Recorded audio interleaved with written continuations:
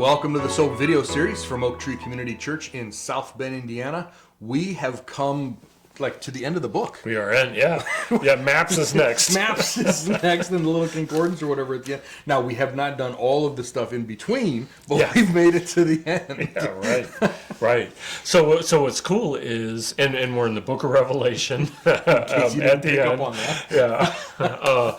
But God's wrath has been poured out. Done. Yeah. Right?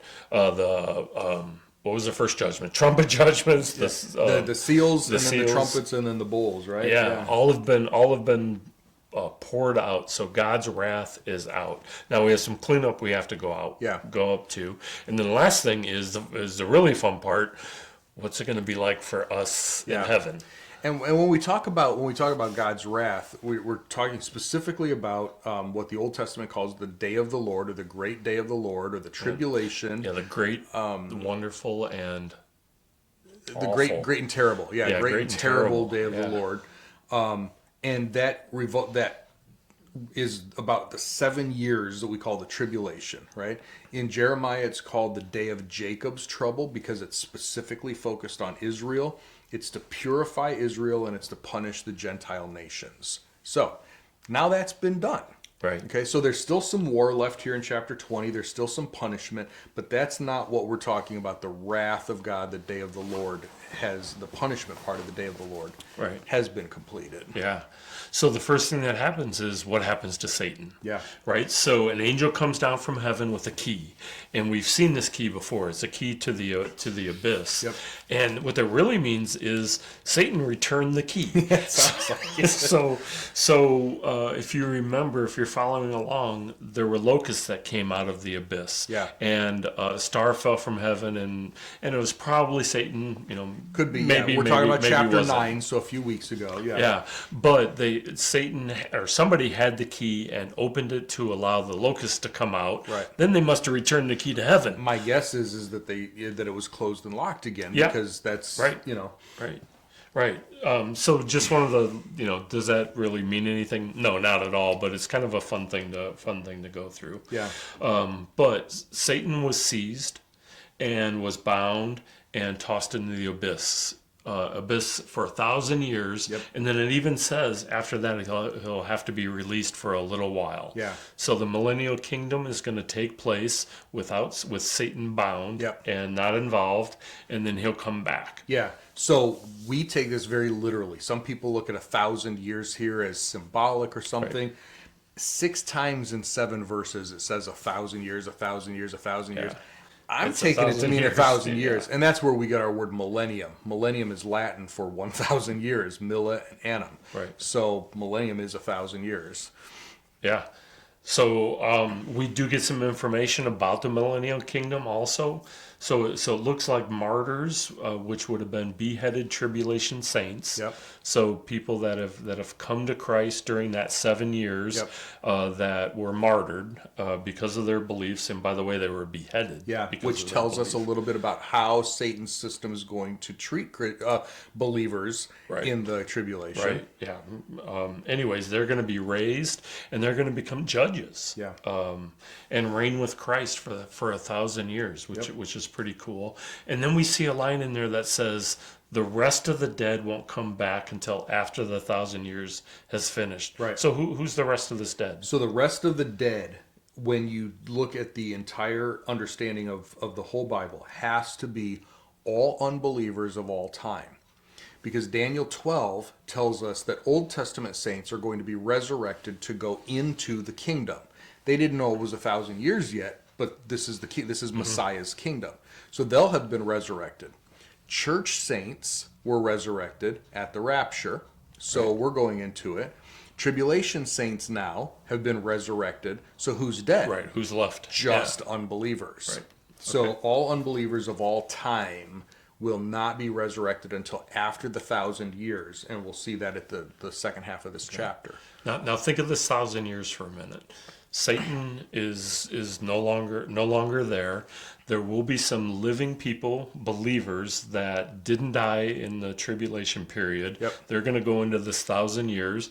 and they're going to have a lot of babies. Yeah. Right? I would think that the population is just going to explode. Yeah. Yep. Well, because by the time we get to the end of the 1,000 years, the unbelievers, people who were born during that time and did not believe, are counted as numerous as the grains of sand in the sea. Yeah. That's just the unbelievers. That doesn't include the believers during that 1,000 years. So that's a lot of people. Well, that also means a couple things, right? It means that you have a man and woman that came out that were believers, had kids, and those kids have a choice. Yep. And that choice can either be for God or not for God. Yeah, to accept or reject him, right? Yep. Now, I was just going to say that the Old Testament tells us the demons are going to be locked away during this time too. So there's no external evil influence. Jesus is ruling as king. This is the closest you're going to get to utopia. Right. So how do people not believe? And we're still sinning. Because they will still have their sin natures and sin. Yeah. Right. So you got to, and it also says during this time, Jesus is going to reign with an iron scepter. Yeah. Right. Which maybe he literally has an iron scepter, but it's also going to be a strong reign and his will in there. Yeah. So you got to believe that there's going to be people that are faking that they're believers, and people with disobedience that maybe can't show it in ways that they want to show it. Yeah, so they'll be right with the law. Here's how I say it. Yeah. They'll be right with the law, but they won't be right with the king. Yeah, that's right with God. Yeah. This is the period. If you've heard passages like or references like the wolf lies down with the lamb in Isaiah chapter 11, and a little child can play at the den of a serpent or whatever. That's this period, because the curse on earth has been lifted now.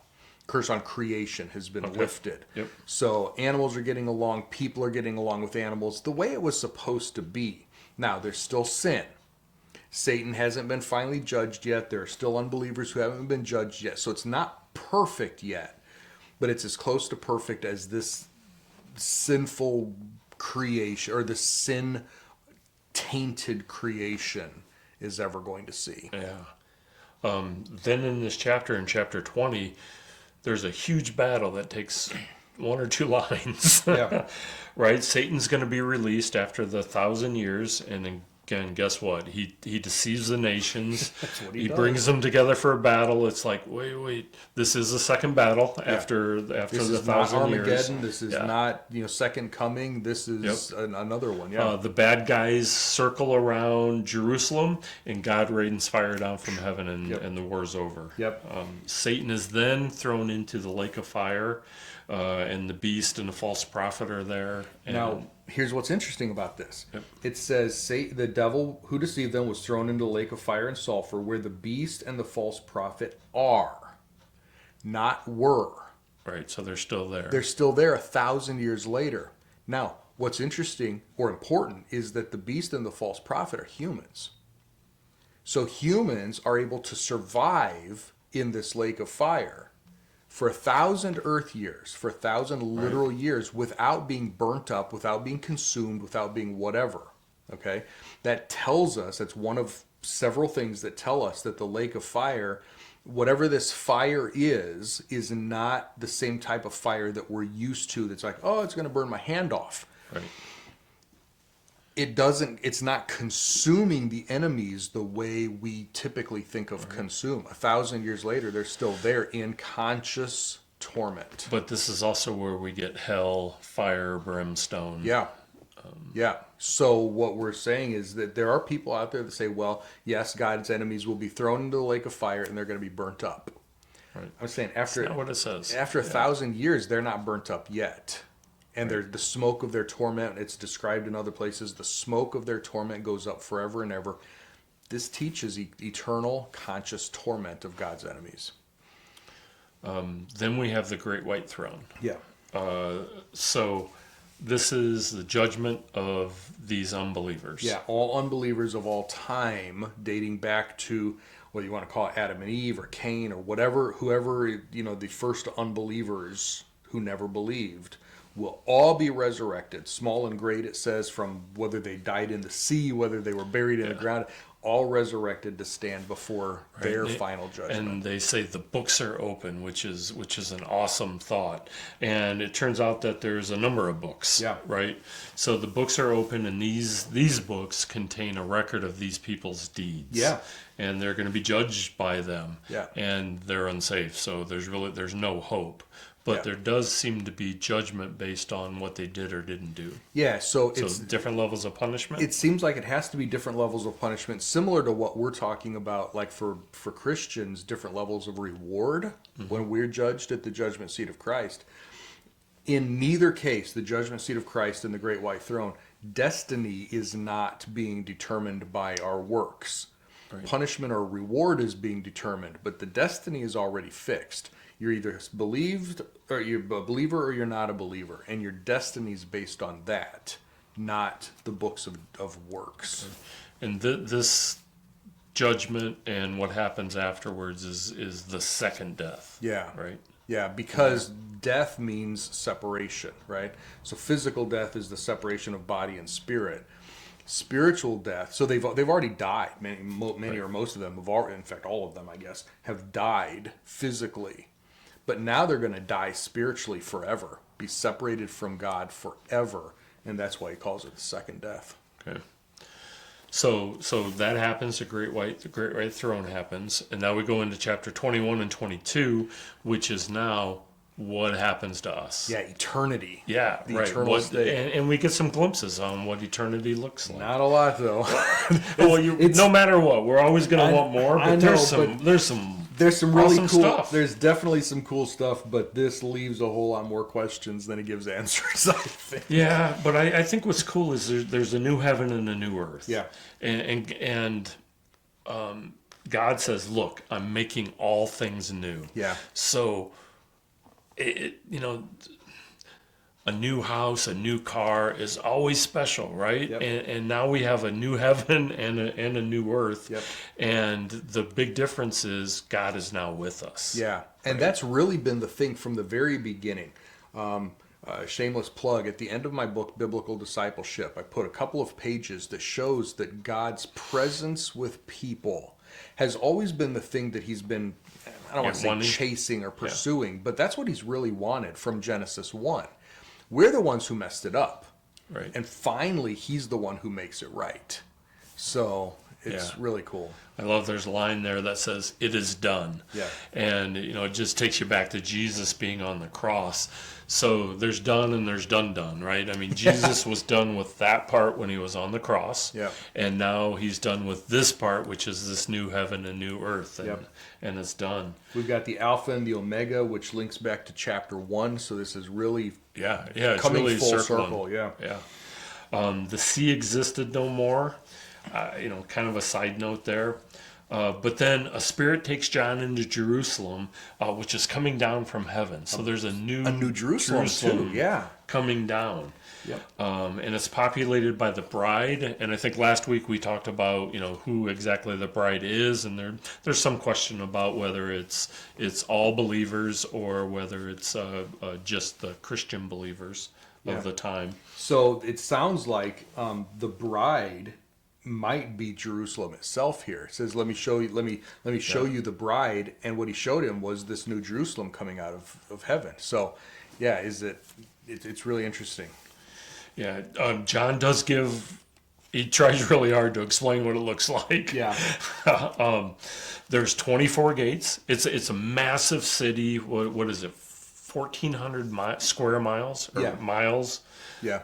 In width and length and height. And height too, yeah. Which is bizarre, right? Because today we go up 60 miles and we're in outer space. Yeah. And 1,400 miles is like... Yeah. Now the wall's not that tall, but the city itself somehow extends that tall. Some people have made it like a point pyramid, or whatever. right. Pyramid. So 12 gates and 12 foundations. Okay? And it's really interesting because the gates have the names of the 12 tribes of Israel, and the foundations have the names of the 12 apostles. Yeah, which seems a little backwards, right? It does to me, from the standpoint of the apostle or the Old Testament saints came first. Yeah, Right, but salvation was through the Jews. The Messiah came from the Jewish people. So Israel has always been like that entrance point. Yeah. But then there's the foundations where it's built on the message of the 12 apostles too, right? Right. So do you think the distinction between Jews and Christians will, I mean, that's one difference there. You think that'll continue on the inside? Yeah, so Israel and the church are two distinct groups, right? So there is definitely going to be a visual distinction or a visual reminder of the distinction. How much that plays out is one of those questions that we don't have the answer to. Could be I'm going over the Jewish side. Like Jewish corner today. Or whatever, yeah. You know, I don't know. I don't think so. I know that you get down to, I don't remember what verse it is now.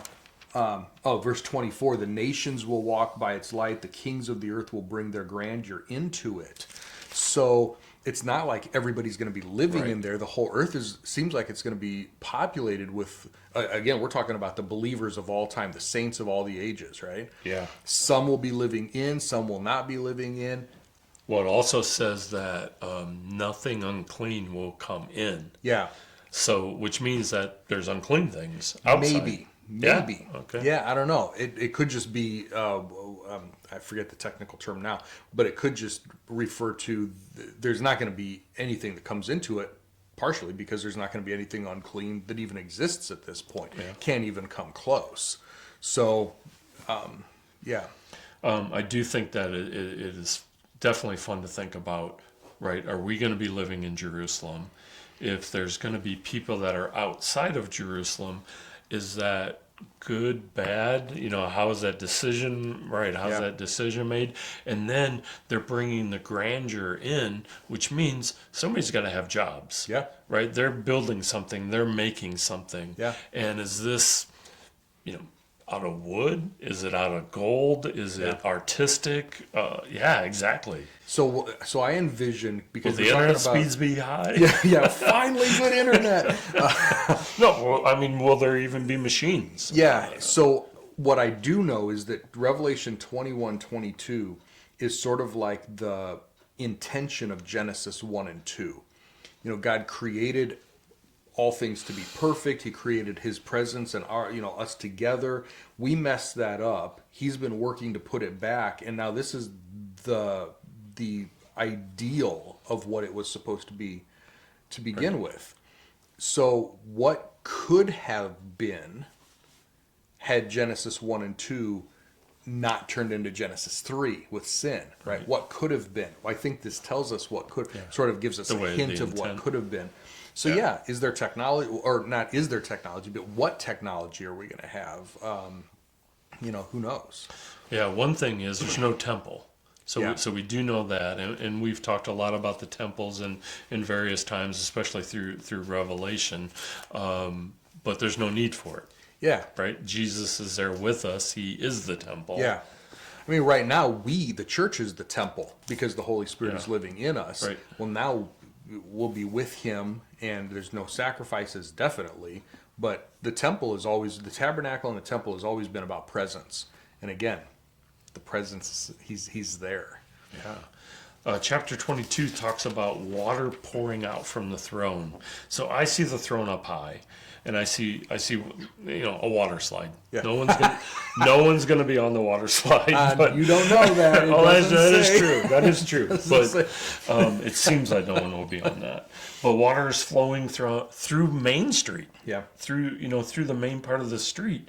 So I had to look up how fast can water move? If a drop of water was just a drop, what's the terminal velocity? And it's 20 miles an hour. It's pretty quick for water being moving. Yeah, it could be a pretty cool water slide. Yeah. So what's interesting is that Ezekiel saw something.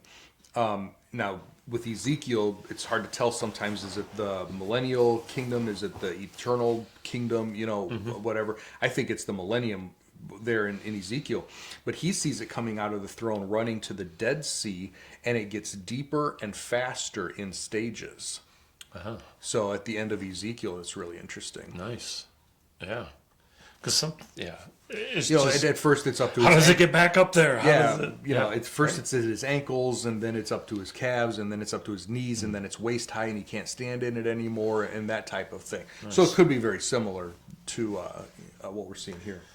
So also there's the tree of life, and it's in the river somehow. It's either on the bank, or there's a middle of the river, or both sides. Says both sides. Yeah, it kind of goes down. Yep. You know. Yeah.